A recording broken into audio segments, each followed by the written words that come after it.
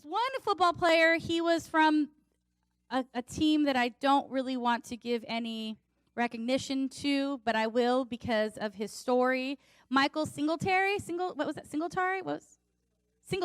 He was a Bears lineman, right? Linebacker. There we go.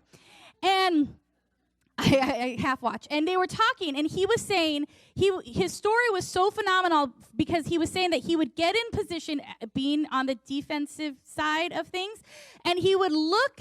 And he said that his eyes, and they're showing the video, his eyes were so big because he was watching the play about what they were about to call. So he was watching the quarterback. He was looking at what was happening, and then he would be yelling the plays. And then their defense just demolished whatever offense it was because he was fully aware of what was happening. So during the week, he would study football. Like he was saying, like at the time, like they got the like most expensive VCR, and he would just watch football, and he would just watch and learn these plays. And then he would go and he would stand there and he would be ready, and then he would know what the enemy was doing. He'd shout it out, and then the defense would respond and annihilate them. So it was like really phenomenal. And see, that's what the Lord is saying here. Hey, okay, look it. I'm going to tell you what you need to bend down, get in there. I want you to watch these plays of what's happening. And as you're watching these plays, that's going to be a sign for you about how you're supposed to respond, how you're supposed to stop the enemy, how you're supposed to get in there preemptively to stop what's about to happen.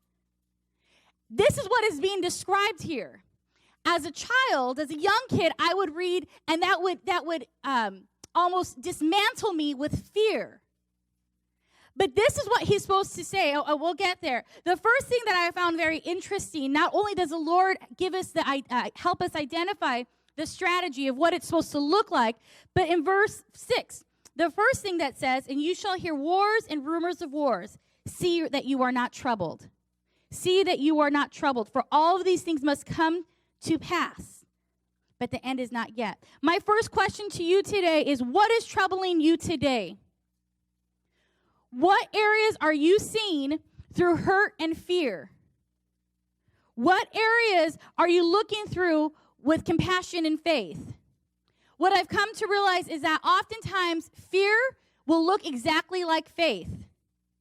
The only difference is one is motivated out of religion and tradition, and the other one is through relationship and knowing.